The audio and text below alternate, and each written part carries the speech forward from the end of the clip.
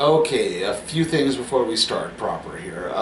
You're going to be hearing a buzzing in the background, possibly. It's really cold outside. It's been getting as low as 20 degrees below zero outside, and it's really starting to affect in here too. So I have to run a space heater just to kind of keep things as warm as I can. Okay, so also, yes, I know my thumbnail probably says episodes 1 and 2, so I'll do episode 2 next week, okay? Only episode 1 came out of this show, so alright, I'll do episode 2 next week, and then we'll just wait till the season finale after that, okay? Okay, alright, and of course, whenever I review things like a Star Wars thing, or a comic book thing, or any kind of overall geeky thing, I do my overall thoughts at first, and then I have a big spoiler section, and there'll be breakpoints in there, which I'll put a timestamp for, alright? Okay, alright, so my overall thoughts on the Book of Boba Fett, Chapter 1, Stranger in a Strange Land. I'm going to give this kind of an A minus. I don't know if I could quite go into full A territory with this, but I'll get more to it in the spoiler section. But overall, there's some good world building in this. There's some nice characterization in this. Unfortunately, the plot itself kind of bounces around a little too much for its own good. Like I said, I'm trying to be as not spoilery as I am in this section, but I can't get too deep without spoiling it. But yeah, it bounces around a little too much. I just wish it would focus a little bit more and tell a more straightforward story. So yeah, that's why I'm not quite going into full A territory, but A minus I think more than suffices. It's Darth Vader, watch out! And he's got a lightsaber. It's Kenner's Star Wars action figures, each sold separately.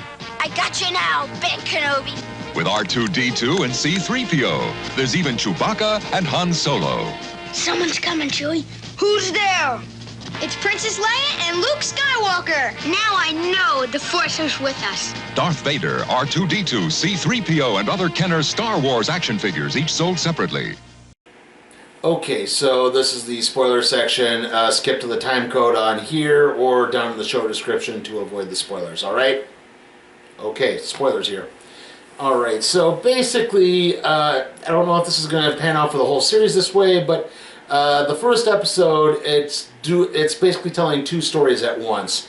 We have basically what happened to Boba Fett after the events of Return of the Jedi, and then we bounce to the present, for lack of a better term, where he's taken over Jabba's palace as he's going to be the new crime boss in the city of Mos Espa. Okay, so yeah, basically, we open up, we see Jabba's palace. We go through. There's a metapod, I believe is what they're called, or the medical pods that Boba Fett is being healed in. And as this is happening, he starts sort of remembering his past. We see a bit of the prequels, him picking up the severed Jango Fett mask. We see him on Camino.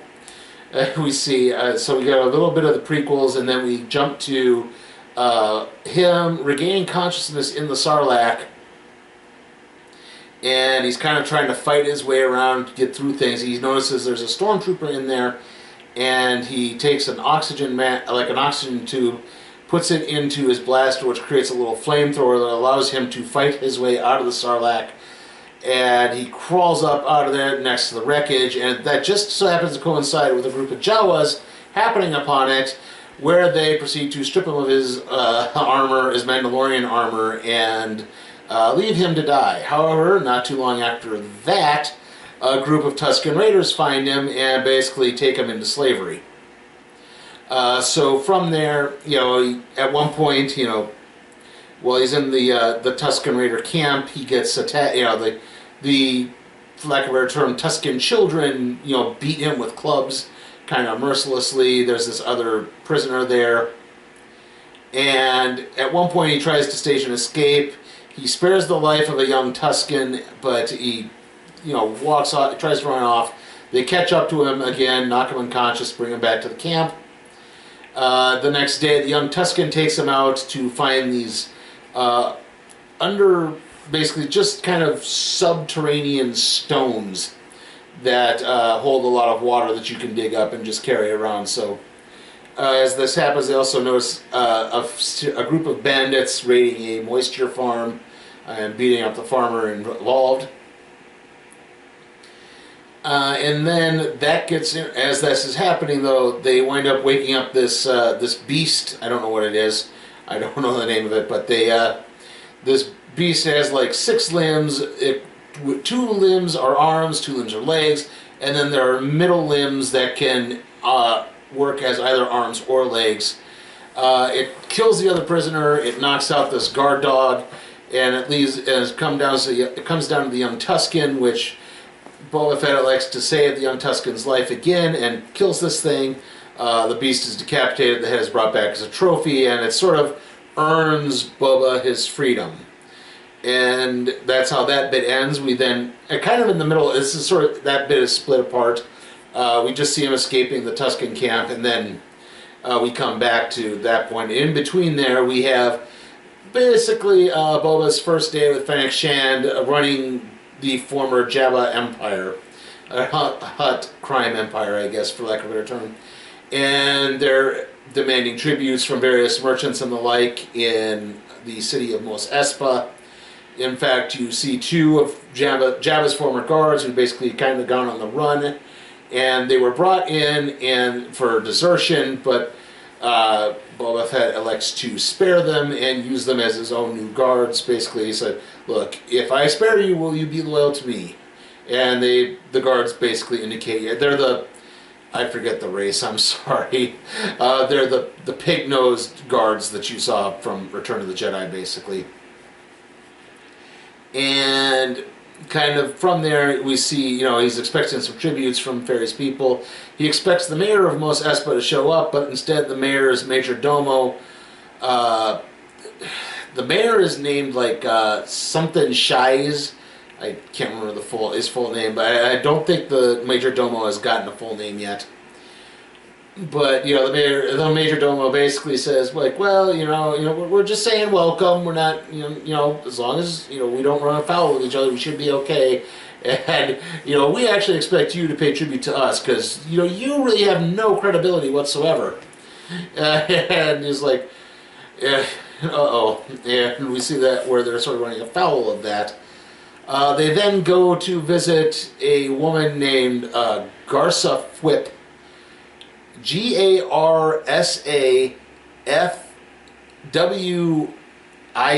or HIP, I can't remember. Yeah, it's Fwip.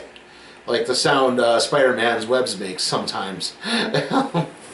Anyway, yeah, they visit her. It's Jennifer Beals' character, who's like a casino maven / bar, runs a nightclub / casino in there, where there's some gambling going on, and they have this little meeting, and after the meeting they leave, and they get jumped by these kind of masked forces of some type.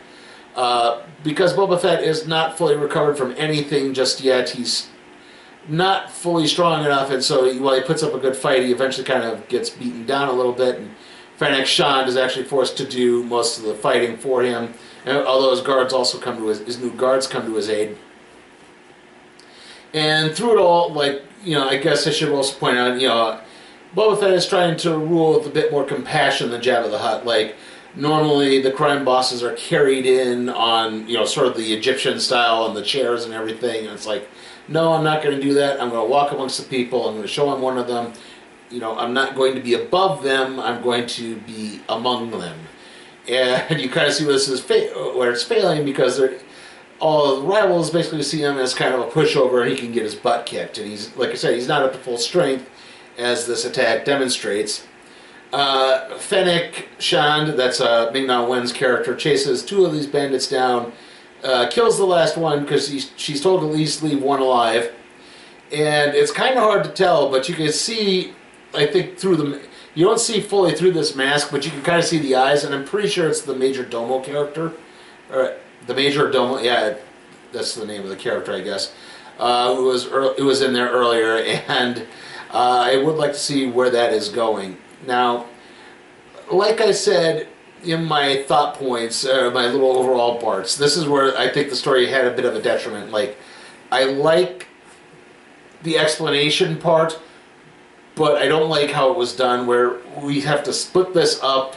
If you're going to split it up, I'd rather split it up over episodes than rather and have it just be all flashbacks that happen early on rather than split two big points up in the first episode. I'd rather see more of Boba, trying to take over Jabba's criminal empire and rule it a different way than see, just how he got into this position. Like, if you're going to do that, like, maybe make it a little shorter and then put it like the beginning of each episode, because it's sort of hinting that he doesn't know whether these are flashbacks or just nightmares. And it's like, that would be a little more interesting, I think, than just doing the big split up. It led the episode feeling just a tiny bit uneven. Still, though, this was really enjoyable. There were strong performances. There's some good action set pieces in here.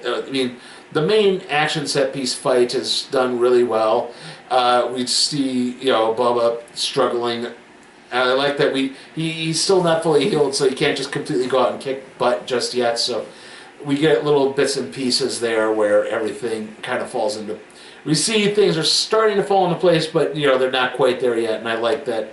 That can be built up over time.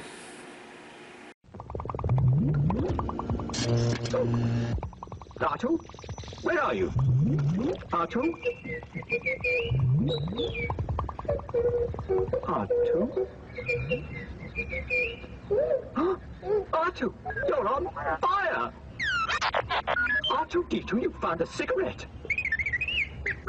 Well, I don't think smoking is grown up at all. Because it's very dangerous. Smoking does dreadful things to your lungs, and is very bad for your heart. Well, I know I don't have one, but humans do, and I think we should set a good example. Well done, R2. Oh, hello. You know smoking is bad for your health, and it isn't grown up at all. So please, don't smoke. R2, do you really think I don't have a heart? Okay, so again, the next video is going to be the random trade review on Rick and Morty Volume 1. After that, it's going to be the WWE Day 1 recap and review. And then we'll recap and review Episode 2 when we get to that, like I said earlier. So, okay, at least justify that thumbnail I made. So, see you all next time.